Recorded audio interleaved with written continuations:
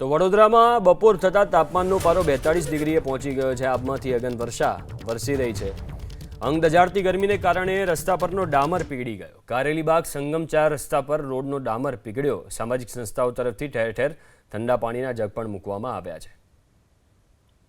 વડોદરામાં ગરમીનો પારો 42 ડિગ્રીને પાર થઈ ગયો છે અને અંગ દઝાડતી ગરમીની અંદર શહેરીજનો સેકાઈ રહ્યા છે।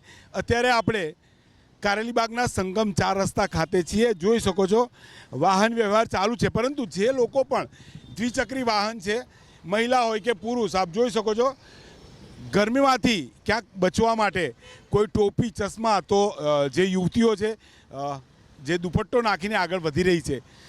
અહીંયા ક્યાંક જે રોડ છે તેનો ડામર પણ પીગળી રહ્યો છે। 42 ડિગ્રી તાપમાન છે। ગઈકાલે પણ 43.6 ડિગ્રી તાપમાન રહ્યું હતું। હવામાન વિભાગની આગાહી છે એ જ તાપમાન આજે પણ યથાવત રહેશે।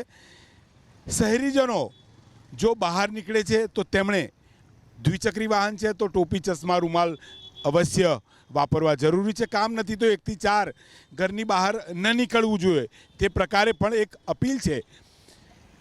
સવાલ છે સતત ગરમી વધી રહી છે તો હીટવેવ વચ્ચે વડોદરાની અંદર અત્યારે 42 ડિગ્રીને પાર થયેલું તાપમાન આગળ વધી 43 ડિગ્રી પહોંચશે।